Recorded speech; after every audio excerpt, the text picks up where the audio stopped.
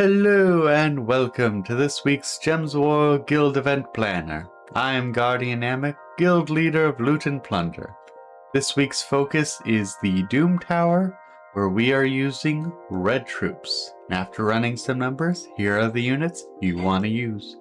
As it is just requiring red units this week, we have a large array of options, and here are some of the noteworthy ones. Namely, this is the team that I am going to be using, at least most likely. I am going to be using Karnax for mana generation.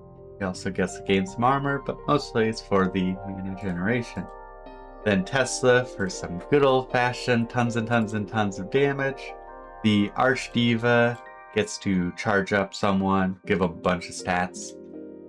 So that way I can theoretically do Tesla once, then charge her up once again with the Archdiva, and call it good. And then everyone should be using the Doomed Lavalieri, as it is the Doom weapon for the week, so you want to use it for extra points. It's not too bad because it gives stats to a random skill, so it can be useful. It just isn't that useful. Now, if you're looking for a slightly different team, the Tesla team can be built in a few different ways. You can use Tesla, Karnax for the mana generation. You could also use the Immortal Titanius as backup damage, as they also get to do a ton of true scatter damage. And the Destroying of 3 Rows is actually some good mana generation. You can also use the Panther, as they get to do some true damage, and dependent on the armor, you can insta-kill them. Once you're at the highest levels, you can easily get a 60% chance or more to just insta-kill the target, which is pretty good with their mana cost. And some more options for mana for Adana are going to be like the Smashobot, who gets to explode all red gems. They may self-destruct. Or the Detectobot, who gets to give mana directly to allies, and also creates some red gems, and also has a chance to self-destruct. The Tinkertown units have a chance to self-destruct. Now, if you're looking for another team to try and use, you can use some folks from Divian Fields. The key one's going to be the Caterary King, as they get to do some good damage, make some wild cards, great for mana generation. You can then also utilize the Centagargon for mana generation. They do have a chance to devour, but I found the really good thing is just the converting of skulls to wild cards. You get a ton of mana that way, and usually the Caterary King and the Centagargon can go back and forth forever. Very useful combo. Now, if you're needing some other options for damage, you can utilize like Boltorus, for the scatter damage based off of his life. You can utilize King Questus as both damage and as healing, or not healing, but as mana, as if he does kill an enemy, all allies gain their mana, which can be quite useful. You can also utilize Ragnagord, as he gets to explode 29 gems of a chosen color, aka once you get your magic high enough, he gets to explode all the gems of a certain color, which will get a good chunk of the board. If you don't have the Caterary King, you can use the Caterary Warrior. They're slightly less powerful, both on damage and mana generation, but as they do get to create 3 wild cards, you still get a decent amount of mana from them. This is always a fun team to use, but I like my Tesla more, so we are sticking with Tesla. But if you don't have Tesla, this is an option for you to pursue. And infographic time! I actually got one made yesterday. I didn't think I was going to, but I did actually get time to do it. If you are hoping to use a team from Dragon's Claw, as it is that week this week, there are a few units you can utilize. The Gingeraxia is a gingerbread themed dragon. Very powerful because it gets to do some good AoE damage and also heals your team. So while they aren't the best damage character per se, they are very effective at keeping your team alive and your enemies whittled away. I mean, it's still a good chunk of damage, don't get me wrong. It's like 200 points of damage total, so it's sizably stronger than most. You can also utilize the Drake Eggs and the Nether Worm for skull busting damage, so they can be quite useful in that regard. You just have to rely on punching things. And then on the mana generation side of things, the big one is going to be the Egg Thief. You've probably seen them in PvP or, PvP adjacent. They are just really effective as they get to destroy a good chunk of the board, which gives a lot of mana because unlike explosions where you only get half the mana, destroy effects just give you the full mana of whatever you destroyed. And they can also summon dragon eggs, and they're stealthy, so they are very hard to kill if you have to keep going through dragon eggs. And then your other options are going to be like the Dragon Soul, which is a wonderful unit if you can get them early in your gameplay adventure, as they get to do some AoE damage. It's not too much, but it's really good early on.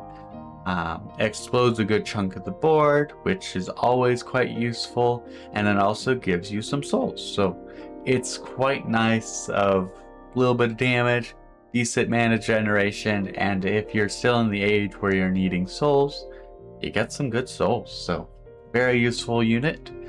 You can then also utilize the Dragonian Sage, which gives half the mana to whoever you target, as well as a few other things, but that's kind of the big thing. So decent mana generation there. And then Divinia gets to explode the board, or explode all red gems rather. There are a good amount of options to choose from the Dragonclaw area. And there's also some other decent ones, so as per usual, don't have to worry. And we are back with Salamandria, as again, she is incredibly powerful for the very simple fact that she explodes all burning gems, deals a ton of true damage boosted by burning gems by quite a good rate, so she can easily do 200 points of true damage, and get your mana back, and do more damage. So she's very good. She is mythic, so unlikely most people will have her, but still one of my favorite teams, though nothing beats Tesla. There are a lot of different options to utilize with her. The key ones being, if you have the Immortal Aperion, which isn't actually from Broken Spire, but from Nexus, their third trait creates 2 burning gems at the start of the turn, but it is immortal, so you have to do PvP to level it up. And then there's a lot of other options for the burning gem generation. You can have Pyrophemus, whose third trait gets to create a burning gem when his turn begins, which honestly, if you can have 3 of these, it's probably going to be your best bet, as just 3 burning gems a turn makes sure there's a lot of burning gems on the field, and then Salamandria gets to blow everything up, charge back up, and nice rinse and repeat. The Fire Beetle is pretty decent. You get a decent amount of mana generation, and then you get to create 4 or more even burning gems. So Fire Beetle is always pretty useful. Then there are some other fun units like the Fire Lizard, the Cinder Hand Goblin, the Flame Rhinax is staring me right in the face, also creates burning gems. There's also a Fae from the Bright Forest, Maple Goldbark, who gets to make 5 burning gems. They're also very good on the burning gems group. And then the best one by far is the Lava Gates, because it gets to create 2 burning gems and an extra 2 for each red ally. And look, it's red week. Everyone's going to be red. So this gets to make 10 burning gems, and it is so wonderful. So if you're going to use Salamandria, you probably want to be using the Lava Gates. They will do you so well. Now, if you're looking for a budget team, you can look towards Mr. Scales, and the core person is going to be Marileth, as she gets to do some damage, gain some attack, but most notably destroy half the board, which is really good for mana generation. So you can easily charge up whoever you want, and you can plug and play with Marileth fairly easily, as her thing is just completely, I get to destroy a ton of gems, which gives a ton of mana. But if you want to pull Mr. Scales team, you can utilize the Lamia for some charm damage, get nice and simple damage that way, the Mist Stalker for true damage to the weakest enemy, and pretty much anyone else who has charm, whether that's another Lamia, or Verasa who does damage and charm, or the Viper who does damage, poison, and charm, or you could have a second mana generation via the Plague Rat. There's some good options to choose from that are quite budget options. You don't have to have anything fancy. I hope this info was helpful for both starting and veteran players of Gems of War. If it was helpful to you, give that subscribe button a click and hit the like button, as I plan on doing these every Monday, both to help my guild and for fun. Until next week, have fun plundering.